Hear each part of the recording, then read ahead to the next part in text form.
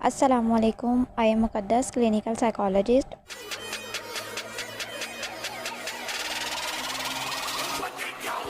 Hello everyone, welcome to Med Sparkles. آج ہم جس ٹاپک پہ بات کریں گے اس ٹاپک پہ بات کرنے سے پہلے میں کچھ چند جنرل باتیں آپ لوگوں کے ساتھ آج شیئر کروں گی جس کا تعلق جو ہے وہ آج کے ہمارے ٹاپک کے ساتھ ہوگا. کیا آپ نے کبھی سوچا ہے دو لوگ ایک ماحول میں رہنے کے باوجود بھی ایک دوسرے سے اتنے مختلف کیوں ہوتے ہیں؟ اگر ہم بات کریں مختلف اداروں میں کام کرنے والے لوگوں کی، جیسے کہ ہاسپٹل، بینک، اس طرح کے بہت سارے ادارے ہیں جہاں پہ بہت سارے لوگ ایک ماحول میں ایک ساتھ کام کرنے کے باوجود بھی ایک دوسرے سے بہت زیادہ مختلف ہوتے ہیں. ان کے بیہیویئرس، ان کے ایموشنس، ان کے فیلنگس، ان کی تھاٹس سب ایک دوسرے سے بہت زیادہ مختلف ہوتی ہیں. اس کے علاوہ اگر ہم بات کریں ایک گھر میں رہنے والے افراد کی، تو وہ ایک گھر میں رہنے کے باوجود بھی ایک دوسرے سے بہت زیادہ مختلف ہوتے ہیں. والدین کی سوچ، بچوں کی سوچ ایک دوسرے سے بہت زیادہ مختلف ہوتی ہے. تو ایسے کیا وجہ ہے کہ ہم ایک ماحول میں رہنے کے باوجود بھی، ایک فرینڈ سرکل میں رہنے کے باوجود بھی ایک دوسرے سے اتنے زیادہ مختلف ہوتے ہیں؟ ایسی کیا چیز ہے جو ہمیں ایک دوسرے سے اتنا زیادہ مختلف بناتی ہے؟ تو اس کا سب سے آسان سا جواب ہے سائیکالوجی، یعنی کہ نفسیات. اب ہم بات کرتے ہیں کہ سائیکالوجی کیا ہے. سائیکالوجی دراصل گریک ورڈ سے نکلا ہے جو دو لفظوں سے مل کر بنا ہے. The first one is psyche and the second is logos. Psyche کا مطلب ہوتا ہے مائنڈ، سول اینڈ بیہیویئر، جبکہ لوگوس کہتے ہیں اسٹڈی اینڈ ریسرچ کو. So the overall meaning of term psychology is study of mind, study of behaviour and study of soul. یعنی اگر ہم کسی شخص کے ذہن کا مطالعہ کرتے ہیں یا اس کے روح کا مطالعہ کرتے ہیں یا اس کے بیہیویئرس کا مطالعہ کرتے ہیں تو یہ سائیکالوجی کہلاتا ہے. سول کا لفظ یہاں پر اس لیے استعمال کیا گیا کیونکہ جو ہمارے پہلے سائیکالوجسٹ تھے گریک، انہوں نے یہ کہا کہ اگر ہم کسی شخص کے روح کا مطالعہ کریں تو وہ سائیکالوجی کہلاتا ہے. بعد میں آنے والے سائیکالوجسٹ جو تھے انہوں نے اسے مائنڈ آف اسٹڈی کہا. بیسیکلی سائیکالوجی جو ہے وہ ہماری دماغ کا ہی مطالعہ کرنے کو کہتے ہیں. بہت سارے آتھرس نے سائیکالوجی کو اپنے لفظوں میں ایکسپلین کیا. ان آتھرس کا ذکر ہم اپنے نیکسٹ لیکچر میں تفصیل سے پڑھیں گے. سب سے پہلے آتے ہیں ہم ولیم جیمس کی طرف. ولیم جیمس کے مطابق اسٹڈی آف مائنڈ جو ہے وہ سائیکالوجی ہے. مطلب اگر ہم کسی شخص کے ذہن کو اسٹڈی کرتے ہیں تو وہ سائیکالوجی کہلاتا ہے. پھر بات کرتے ہیں ولیم وانڈ کی. تو ولیم وانڈ کے مطابق اسٹڈی آف کانشیسنیس جو ہے وہ سائیکالوجی ہے. کانشیسنیس کیا ہوتا ہے؟ کانشیسنیس میں دراصل ہماری وہ تمام فیلنگس، تھاٹس، میموریز آ جاتی ہیں جن کو ہم ایزیلی ریکال کر سکتے ہیں. مثلاً اگر ہم سے کوئی پوچھے کہ آپ کی ڈیٹ آف برتھ کیا ہے تو ہم فوراً سے اسے بتا دیں گے. اس کے بعد آتے ہیں ولیم میکڈاگلس کی طرف. تو اس نے کہا کہ نفسیات ایک سائنس ہے جس میں ہم کسی شخص کے جو ہے وہ بیہیویئرس کو کنٹرول کرتے ہیں اور اسے سمجھتے ہیں. لاسٹ پہ آتے ہیں والٹر براؤس پلسبری. اس نے کہا کہ psychology is a science of human behaviour. مثلاً یعنی کہ اس نے کہا کہ اگر ہم کسی شخص کے رویے کو جو ہے وہ بیہیویئرس کو جو ہے سائنس کی روح سے جاننے کی کوشش کریں تو وہ سائیکالوجی ہے. اگر ہم بات کریں ماڈرن ڈیفینیشن کی تو ماڈرن ڈیفینیشن کے مطابق psychology is the scientific study of human behaviour and mental process. کہ اگر ہم کسی بھی شخص کے بیہیویئرس کو یا ان کے مینٹل پروسیس کو جب ہم سائنس کی روح سے اسٹڈی کرتے ہیں تو وہ سائیکالوجی کہلاتا ہے. اگر ہم اس کی ماڈرن ڈیفینیشن دیکھیں تو ماڈرن ڈیفینیشن میں بیہیویئرز اینڈ مینٹل پروسیس آتا ہے. فرسٹ آف آل بیہیویئرز کیا ہوتے ہیں؟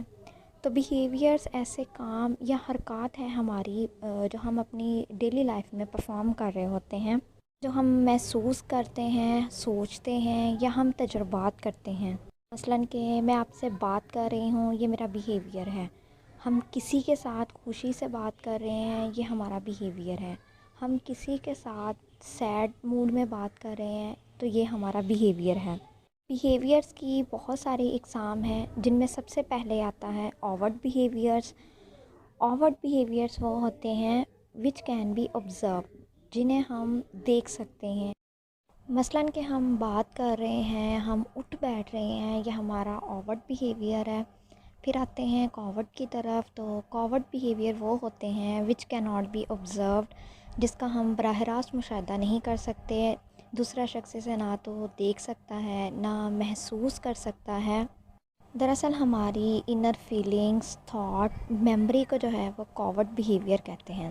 بات کرتے ہیں کانشیس بیہیویئر کی طرف، تو کانشیس بیہیویئر وہ ہوتے ہیں that contain all thoughts, memory, feelings and wishes of which we are aware at any given moment. جیسا کہ میں نے پہلے بتایا کہ کانشیس میں ہماری وہ تمام فیلنگس، تھاٹس اینڈ میموری آتی ہیں جن کو ہم آسانی سے دہرا سکتے ہیں۔ مثلاً کہ اگر ہم سے کوئی پوچھے آپ کی ڈیٹ آف برتھ کیا ہے تو ہم اس کو فوراً سے بتا دیں گے، یہ ہمارا کانشیس بیہیویئر ہوگا۔ بات کرتے ہیں انکانشیس بیہیویئر کی، تو unconscious behaviour is a reservoir of feelings, thoughts, urges and memories that are outside of our conscious awareness, یعنی کہ اس میں ہماری وہ تمام فیلنگس، تھاٹس اینڈ میموریز آتی ہیں جن کو ہم ریپریس کر دیتے ہیں، جنہیں ہم یاد نہیں کرتے۔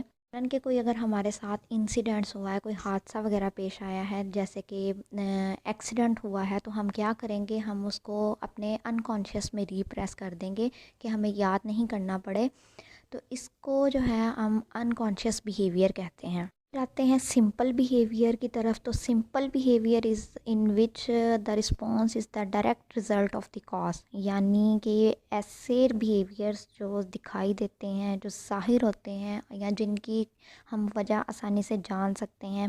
مثلاً اگر کوئی شخص رو رہا ہے تو ہم دیکھ سکتے ہیں اور ہم وجہ پوچھ سکتے ہیں کہ آپ کیوں رو رہے ہیں، ہم سمپل بیہیویئر کہیں گے۔ اس کے بعد آتے ہیں کمپلیکس کی طرف، تو complex behaviour is the one in which there is much more responsible for you action, یعنی کہ ایسے بیہیویئرز جن کی وجہ جاننا ہمارے لیے آسان نہیں ہوتی۔ مثلاً اگر کوئی شخص آپ کو پسند کر رہا ہے تو ہم اس کو آسانی سے نہیں جان سکتے کہ وہ ہمیں کیوں پسند کر رہا ہے، ہم اس کیوں کی وجہ جاننے کے لیے ہمیں بہت زیادہ مطالعے کی ہمیں ضرورت ہوتی ہے، اسے کمپلیکس بیہیویئر کہتے ہیں۔ اس کے بعد آئیں گے ریشنل بیہیویئر کی طرف، تو rational behaviour is a reasonable and use to explain that choice that people make with regards to achieving satisfaction, یعنی کہ ایسے بیہیویئرس جو وقت اور ضرورت کے مطابق ہوتے ہیں۔ مثلاً ہمیں پتہ ہوتا ہے کہ ہم نے خوشی کے موقع پر خوش ہونا ہے، غم کے موقع پر ہم نے دکھ کا اظہار کرنا ہے، اسے ریشنل بیہیویئرس کہتے ہیں۔ پھر آتے ہیں irrational behavior. Irrational behavior that is considered as unreasonable behavior or having no clear objective or meaning، یعنی کہ ایسے بیہیویئرس جو موقع اور وقت کے مطابق نہیں ہوتے۔ مثلاً کہ کسی غم کے موقع پر ہم خوشی کا اظہار کر دیتے ہیں تو یہ irrational behavior ہوگا۔ لاسٹ پہ آتے ہیں voluntary behavior. Voluntary behavior that can be controllable, یعنی کہ ایسے بیہیویئر جن کو آپ کنٹرول کر سکتے ہیں۔ مثلاً ہم چل رہے ہیں یا ہم بھاگ رہے ہیں، ہم دوڑ رہے ہیں، ہم بات کر رہے ہیں، یہ ہمارے کنٹرول میں ہیں، ہم اس کو سٹاپ کر سکتے ہیں، انہیں ہم والنٹری بیہیویئر کہیں گے۔ پھر آتے ہیں involuntary behaviours. Involuntary behaviour that کی ناٹ بی کنٹرول، یعنی کہ ایسے بیہیویئرس جن کو ہم کنٹرول نہیں کر سکتے۔ مثلاً دل کی دھڑکن، سانس لینا، پلکیں جھپکنا، یہ وہ بیہیویئرس ہیں جن کو ہم کنٹرول نہیں کر سکتے، انہیں انوالنٹری بیہیویئرس کہتے ہیں۔ یہ تھی بیہیویئرس کی اقسام۔ اب ہم چلتے ہیں مینٹل پروسیس کی طرف کہ مینٹل پروسیس کیا ہوتا ہے۔ مینٹل پروسیس دراصل ایک ٹرم ہے جس کو استعمال کرتے ہوئے ہم چیزوں کو تبدیل کر سکتے ہیں۔ اس میں ہماری ساری ایکٹیویٹیز آ جاتی ہیں جس میں ہم کسی فرد کے احساسات، ایموشنز، فیلنگ، میموری، ایون کہ انٹیلیجنس کو جو ہے وہ اسٹڈی کرتے ہیں۔ یہ تھا ہمارا آج کا ٹاپک۔ امید کرتی ہوں آپ کو بہت اچھے سے سمجھ آیا ہوگا۔ انشاءاللہ ہم بہت جلد ملیں گے ایک نئے ٹاپک کے ساتھ۔ Follow us on Instagram, Twitter, LinkedIn, Facebook, and subscribe us on YouTube.